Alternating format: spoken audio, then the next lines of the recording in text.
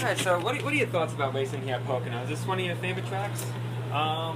It is actually. Pocono it's a really unique racetrack. There's no other place that we go to that can really compare to it. It's kind of a combination of different racetracks. So it takes all your elements. It takes a good engine, a lot of good aerodynamics, and you really got to have a good handling truck. So it's a unique place. It's a lot of fun, and I like it because of the uniqueness of it. Mm-hmm. You raced here a lot of times in the Cup Series. So what was your first memory about this place, either in a race car or outside of the race car? Probably my first memory was coming here for the very first time to test an ARCA car, and just kind of being in awe of how big it was, and just kind of how, I guess, somewhat in the middle of nowhere. I remember, it was back 10 years ago, and it was before we had, GPS on our phones and things like that, and I was going off MapQuest directions, and I remember reading the MapQuest directions, and it said, the track's a quarter mile away, and I was like,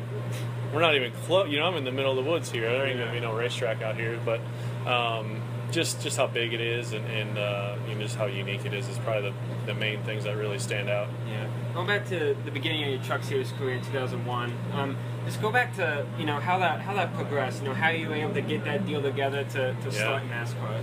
Well, just really fortunate to have an opportunity. I was just a kid running late models back home in Wisconsin, and we run a bunch of tracks in the Midwest, and it was at a time where teams had kind of sponsors tied to them, and they would go out and try to find drivers, find talent to put in their cars. And fortunately, I got a phone call kind of out of the blue and just said, hey, we're looking at a handful of drivers, and would you like to come be a part of a test and have an opportunity to try it out. And went to a couple tests with a truck team, and was fortunate to get the deal. But times like those I feel like are kind of long gone. The sport's really changed a lot in the last 10 years, and so just really, really thankful to even get an opportunity. Yeah.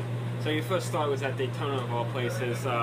Did you know what you were really getting into with that style of racing? Have you watched it before then, and did you know? Yeah, I definitely paid attention, and I feel like I try to be a pretty good student of the sport, and try to, at the time it was before YouTube and things like that, but I would find tapes of the races, and watch old recordings or whatever. But I didn't really know what I was getting into. My first truck race, Daytona, it's a whole different style of racing. And actually at that time the trucks were kind of new to Daytona still, so it was a lot to take in. We were running okay. I remember clearly we ended up getting in a wreck, but just kind of one of those Daytona deals, and wish I could have that one back. I'd let you have your first Truck Series race and be on the back of a wrecker is not good. Yeah. Go back to your first win in the Truck Series. Did that really solidify your passion for that series, your love to stay in it, or were you already in love with it before that win? Well, I was definitely in love with it. I was just so thankful to get an opportunity. Like I said, I was, just a kid running late models back home and scraping by to do that. Never really thought my opportunity to even come, to move up the ladder. And once I did get the opportunity to run in the Truck Series, it was for a really good team. Addington Racing, Rick Wren was the crew chief. We had really good equipment, really good people. So I knew, and it was a truck that had won, in the last few years. So I knew it was an opportunity to do good. But there's a lot of pressure there too. I mean, you have to perform, or they might put somebody else in the truck. So getting that first win at Texas was a big relief. I felt like it took a lot of weight off my shoulders and kind of legitimized, me driving that truck and me being at that level. So not only that, all the people from back home that supported me to get me to that level, it's a good way to just go out there and win and improve myself. It's a great way to kind of thank them, for all the help that they had given me in the past. Mm-hmm. Going back to Daytona, you had a couple really close wins there. I believe the first was 2003. Just go back to that race and those closing laps and what was going through your mind. Really close couple of really close near wins. Yeah. Unfortunately, they're 2003. That finish of that race just shows how these trucks can draft. I came off of turn 4, not even close. It was 10 car lengths back in third, and the first 2 guys got side by side, and I was able to just use that draft and finish second by a nose. That was one where I just didn't expect to win that day. Probably didn't have the best truck, but the one that probably hurt was 2007. We came back 2004, finished second. Then we came back in 2007 driving for Roush Racing, and man, we had the dominant truck all day. Was leading, in the right position, and leading off of 4, leading at the start of pit road, and it was just at the very last second I got passed at the stripe, and I remember just being really disappointed. I know how hard the team had worked, and to give me such a great truck, and I kind of felt like I let them down a little bit that day. I don't think there was anything different I could have done, but really close, and I really like to get a win at Daytona. I've been so close, 3 or 4 times, but just haven't quite been able to get it done. Right. What about, because looking back on footage of those races, the trucks sounded a lot different. They sounded a bit higher pitched.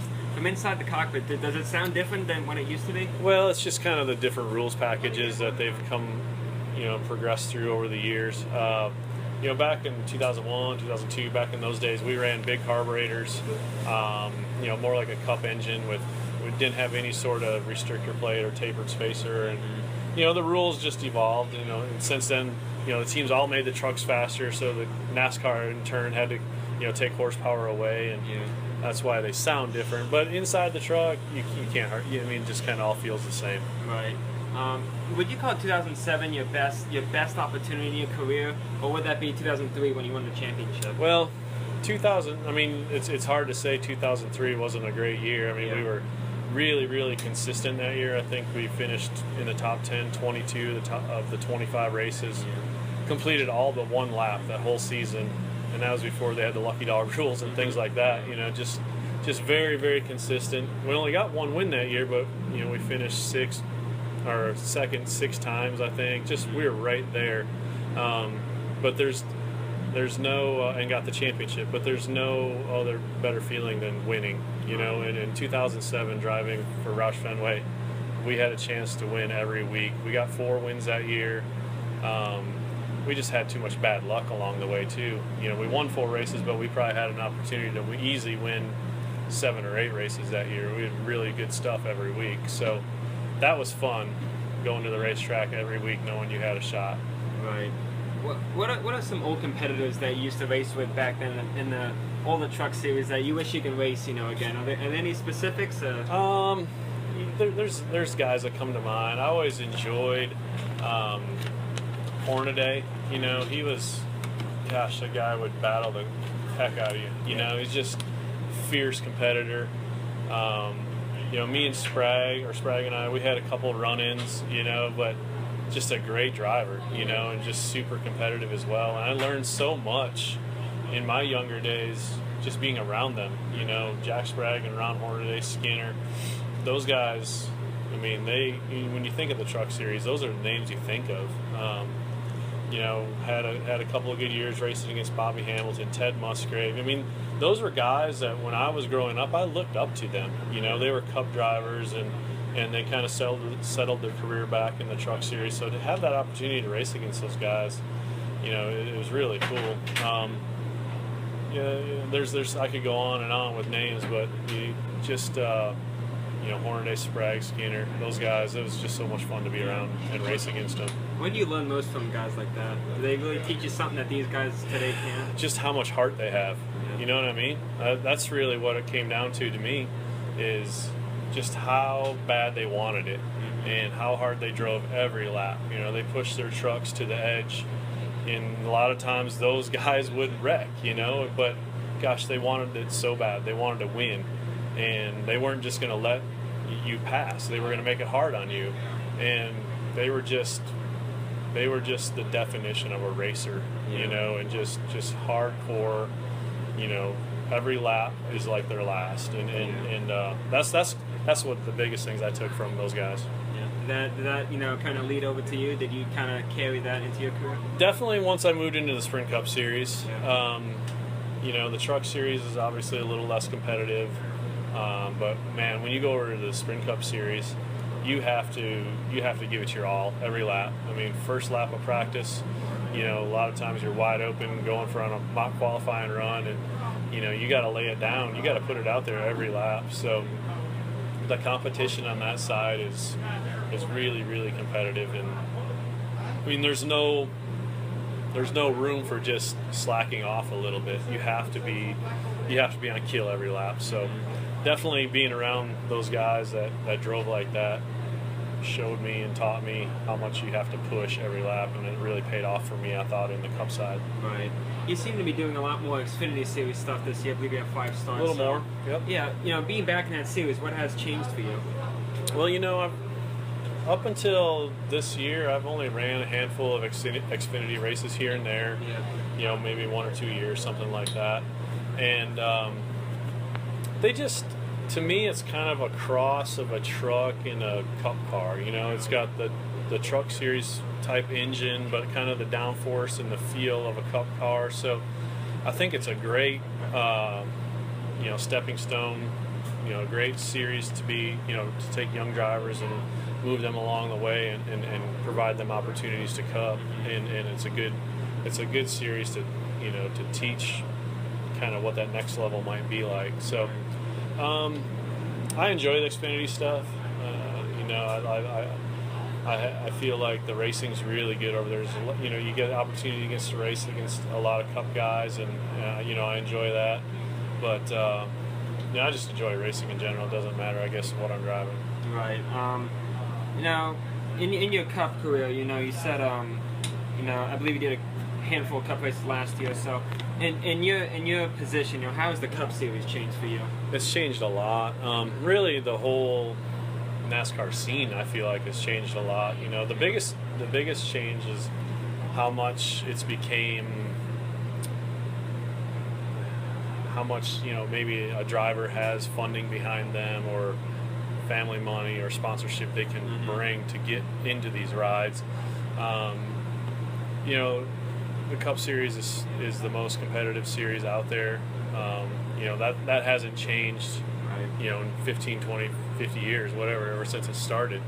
But I think the biggest thing that's changed, one of the biggest things that's changed in the past 10 or 15 years is even the guys that run 40th every week or 35th every week, they have really good equipment, and really good guys working on the cars, and it's just very, very competitive on that side of the garage, and it's just hard. There's a lot of pressure over there. There's a lot of sponsorship money involved, so it takes up a lot of time. It's a lot of travel. It's a big commitment. Yeah, I spoke to Jeff Green last week, and he really talked about kind of how you said about how the sponsorship thing has changed. It used to be a team thing, now the drivers have to bring it. So, you definitely know a lot about that. That's definitely how it's changed a lot. I mean, if you look at the K&N Series or the Truck Series, a lot of guys in the Xfinity Series. Why are some of these young guys, 18, 19, 17 years old, getting these opportunities? Well, they're paying for it. There's a money trail somewhere to get them opportunities, whether it's family money or they somehow have a sponsor attached with them, and that's okay. I mean, I'm not saying that's wrong. I'm just saying it's different, and I'm very thankful. When I started in 2001, it wasn't like that because I've never had sponsorship or family money or anything to bring along. So, fortunately for me, I was able to get into the sport at a time where it was different, and I was able to establish myself and make a great career and a good living out of it. So, going forward, who knows where it's going to go? You just have to wait and see, I guess. Yeah. Do you think you would have been able to get into the Cup, into the NASCAR today, like how you did back in 2001? Do you think you would have been able to do that today? I don't know. It'd be a lot harder, for sure. I mean, just everything is so different.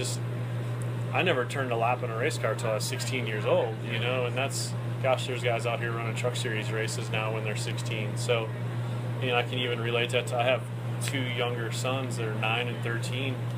Man, my 13-year-old's been racing for 3 or 4 years, and my 9-year-old's been racing for a couple of years. So they have, so much more experience and so much racecraft already. By the time they turn 15, 16, 17 years old, they're ready, just, when I was coming up through the ranks 15, 20 years ago, it just wasn't like that. There's so much opportunity for young kids to get a start. There's a lot of grassroots type series and tracks that run, and it's great for the young kids to be able to get out there and race and compete, and heck, do it all, get a lot of laps in before I ever turned 1 lap, when I was 16. Yeah. Why do you think it has changed? Is there anything specific that happened? Why has it changed? Well, I think a lot of it, as far as drivers bringing funding to teams to get rides, that all seemed like that came after the economy kind of took a crap in like 2007, 8, 2009, right in there. A lot of the big sponsorship went away, or at least the sponsors cut way back on the funding, and then that led to drivers like, hey, I can supplement part of the sponsorship, or whatever, and it's just kind of kept going that way. Maybe it turns around and the sponsors attach back with the team again, and they can go out and hire a driver. But I don't know if that's I really don't know if that'll happen. And as far as young kids driving, it's especially like in the Charlotte area, man, my boys, we can run 2-3 nights a week easy, in different cars, different tracks, and there's just so much opportunity for them, and there's little series and tracks around that area that have opportunity for kids to go racing. Mm-hmm. What are your impressions on the young drivers in the truck series? Are you impressed with them? What are your impressions? Absolutely, very impressed. All I can do is think back to when I was 18, 19, 20 years old, and man, I never thought I was even close to being able to make it, in the truck series or have those opportunities. And you look at William Byron and how well he's doing, the races he's winning, competitive every week. He's obviously driving very good equipment, but at the same time, you still have to get the job done behind the wheel. And every track we go to, he's competitive and running up front. And there's other guys up there right with him. So very impressed. If I could tell him, just appreciate it. Don't take it for granted. There's millions of people across the world, or the country for that matter, that would love this opportunity, and just be thankful for where you're at, and thankful for these opportunities. Yeah. And in your opportunities in Cup, what would you say was your favorite moment in your time there? And I've had some good times. Obviously I never achieved the goals in the Sprint Cup Series that I really set out for. Yeah. Had some great runs here and there. The opportunity to drive for Roger Penske was amazing. Drove for Jack Roush in the Truck Series.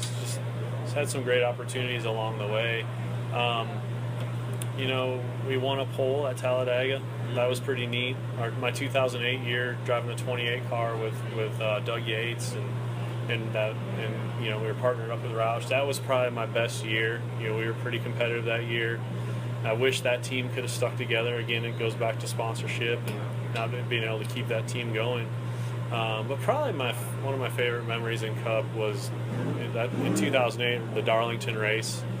I had one of the probably top 2 or 3 dominant cars that day, and was able to really be competitive and pass cars. We had trouble. We came from the back a couple times, but I think I finished 6th or 7th or something like that. But just have an opportunity to really be competitive and drive to the front, and run in the top 10, and know I had an opportunity to win that day. So in a place like Darlington, it was pretty cool. It's pretty special. Can you compare like a Roger Penske and a Jack Roush, and kind of how they go about business, how they treat you, how you enjoy them? How different are they? Both very professional, business-minded. I was always very impressed with Roger Penske and how he seemed like he was in touch with everything. I mean, there were several times he'd call me on a Monday or Tuesday after a race, and he'd be in Europe or in Germany, one of his car dealerships or something, and he'd call me and want to talk about the race in Phoenix or whatever, and I just thought, I was just really impressed with how he kind of had his hands on in everything he's involved with. And Jack Roush was the same way. Every Tuesday he'd be in Charlotte, and we'd have a meeting. He'd have a meeting with all his teams, and we'd break down, what happened and what we're doing going forward. And I think the thing I took out of both of that is, as busy as those guys are in all the different business ventures they're in and the thousands of employees they have, they were successful, and I think a lot of it was just, they put the time in. They knew, they'd go to the track. They wanted to have meetings one-on-one or talk to you on the phone one-on-one. They didn't just have managers in place to run it. I mean, he went directly, to the driver, to the crew chief, to the team. So I was always impressed with that from both of them. Yeah. And now jump into this team, top 5 to start the year out in Daytona. I can imagine something like that is really, really emotional for the entire team to get a result like that. Now, for you, is that one of the biggest things in your career, bringing a result for a small team? Man, it was a great day. This is a very small team, very, very limited funding and resources and people, and that was kind of one of those finishes that we stole. We weren't nowhere near a top 5 truck, a top 10 truck, but we knew what our strategy was going to be, to stay out of trouble and be there at the end of the day, and sure enough, that's where we did the right thing. There's some wrecks and some trouble along the way, and come the end of the race, we were in position to get a good finish. So I just remember, everybody's obviously very happy, and it's the best finish for the team at that time that they'd ever had, and things like that. It's been a while since I've had a top 5 or a top 10 finish, for that matter. So I just feel like with my experience and my knowledge, 5th place wasn't that great to me personally, but it's rewarding to know what we did it with, and or more so maybe what we did it without. Yeah. So it's a small team. We're here every week just trying to make the best of what we have and do the best we can, and try to show up every week to be a little bit better. But at the same time, only can spend so much money to try and stay in business, and make sure we're able to afford to be able to get to the next one. Yeah. You raced at a time with no safer barriers and a lot less safety innovations than today. I bet there's a lot more appreciation for someone like you, other than younger drivers today, and that's how it's just always been for them. Absolutely. I started in 2001 in the truck series, and gosh, you just didn't know any different. The seats we were using were the same seats I ran at a quarter mile in Wisconsin, the little racetrack, and we didn't have Hans devices, or they were out there, but it just wasn't popular. Wasn't really used. Hans devices, or big, containment seats, or anything, the walls. All of the safety innovations that came along in the past 10 years are just amazing. I've hit a few times early in my career without the good seats and without the safer barriers, and man, it hurt. It took some out of you. And even just thinking back to a couple weeks ago, we blew a right front tire at Kentucky, one of the fastest tracks we go to, and destroyed the truck, and I walked out of there just like it was nothing, and obviously it's still a dangerous sport, and you're never 100% safe, but definitely feel a lot better strapping in every week, and give a lot of credit to NASCAR, the tracks, and all the engineers behind the scenes that developed all this technology and made it so much safer for all these drivers that are out here today. Were you in Daytona for Dale Sr.'s accident? I was not. That was the weekend of my very first truck race. I ran the truck race on Friday night, but I was home watching it on TV, as thousands and millions of us all were. And I remember seeing that wreck and just thinking it was no big deal. And and we went to dinner, and then later on heard what would happen. I was really really taken back and really surprised to hear that. And obviously, and unfortunately, that's what I think sparked a lot of the safety innovations that we have come to in the past 10-15 years. It was a scary time. Tony Ropa, he was killed in a truck in that time. Now, mentally, what was it like for you? You were just getting started and seeing stuff like this. How was it? I guess you don't really think about it. You just the danger's always there. Adam Petty, there was a few years where Blaze Alexander. There was a bunch of guys that got killed in a short period of time. And I don't know. It's just that racer mentality. You just don't think it can happen to you. Yeah. And you just strap in and go. You don't. It's not that you don't think about it, but you can't. You just, your job is to get in the race car and drive it as hard as you can. And you don't think about the what ifs or whatever. You just go. And looking back on it, it's we're lucky we probably didn't lose more drivers, and how fortunate we are now to be able to go to these places and have all safer barriers everywhere, and the seat technology and the Honda devices, the helmet technology. Just very thankful, I feel I'm lucky that I didn't have to race in that time very long, maybe a couple of years without all these safety innovations. Yeah. And now with Dale Jr. out of the car, John was telling me was out for a little bit. Were you ever injured in a race car? Did you ever have to make a tough decision to step out? I've never, knock on wood, I've never had to step out. And there's been a few times where, it hurt. And, I remember strapping in, it was like 2013. I wrecked pretty good at Charlotte, or 12 maybe. And I remember, strapping in the car the next week a little, it was kind of like, man, this hurts, and you kind of think about things a little bit, but you strap that helmet on, you turn that off, and you go do your job. You go drive the race car and be a professional. So, fortunately, I've been able to stay healthy, and a lot of credit goes to what we had just talked about with all safety innovations and things like that. But it's concerning, with the drivers that are out with concussions lately, and I guess on the other side, though, it could probably be a lot worse too. Yeah. And we're talking about concussions versus worse injuries or fatal injuries and not deaths. So I'll take that. And now you have two sons in racing. You seem very proud of what they're doing. I believe they're doing Bandoleros, stuff like that. Yeah, we run with two boys. We have a Legend car and we have a Bandolero. And then we run, they're called Mini Outlaw Sprint Carts. It's basically like a mini sprint car. We run those on dirt at Millbridge Speedway there and some other tracks. But, I love it. They're 9 and they're 13 and they're great little racers. And, when I'm not at the racetrack doing this, that's all I do is work on their cars, and we go racing with them. And it's great as a family to be able to do that. They seem to be very successful and winning races along the way. So it's a lot of fun. It keeps the boys love it, and they're into it. They love to compete. So who knows where it's going to go. We're just having fun with it.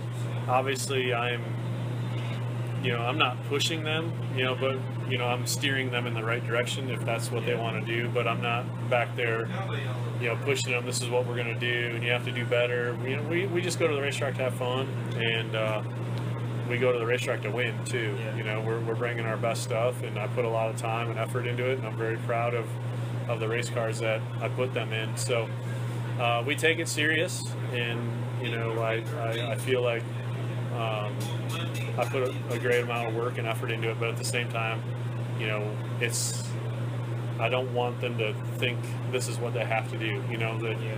They do other sports, like soccer and football and things like that. So this is just another thing we do right now. Who knows where it's going to go down the road? You think that's the best way to handle it? Give your kids, a vast vast area of being able to choose what they want, not telling you, hey, you got to do this? I believe so.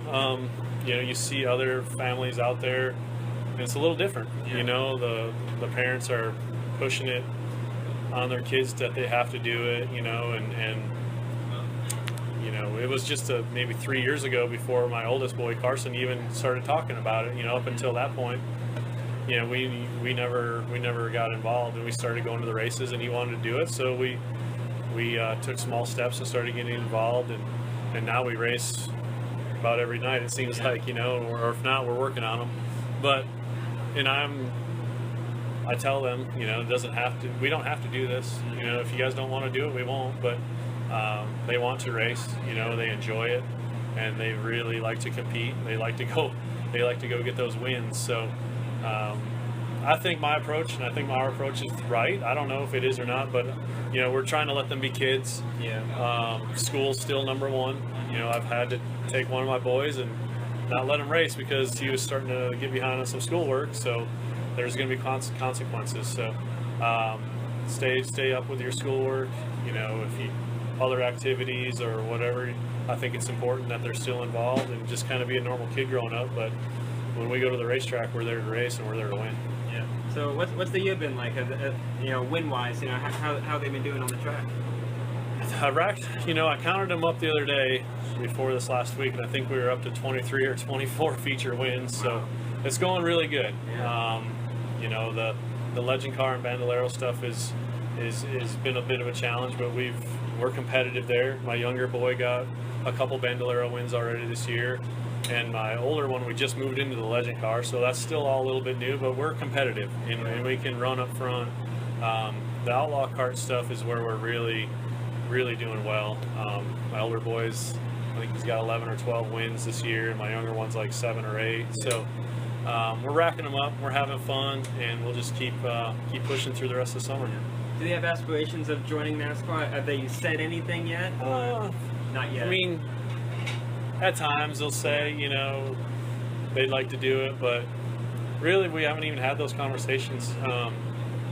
We're still at a really small level. I feel like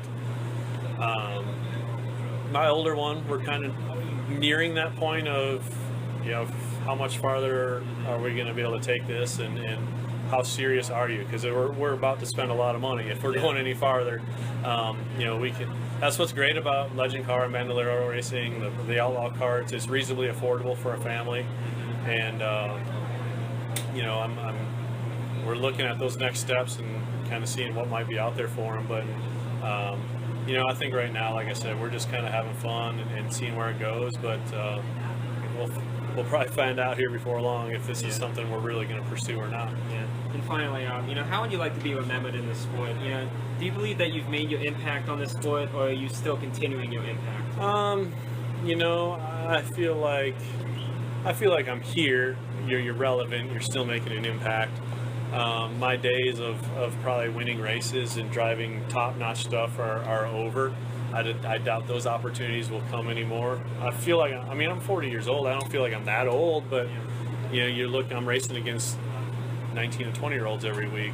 I would love to have an opportunity to get in a top 5, top 10 truck and see what I could do. I know I could run up front and win with it. So as far as what I'd like to be remembered, you know, just a good guy, just a racer. You know, very thankful for the opportunities, and you know, I feel like try to make a lot of friends in the sport. You know, there's a few weeks where you stay home or whatever, and you're away from the track. That's what you miss, is the people, the faces, those friendships.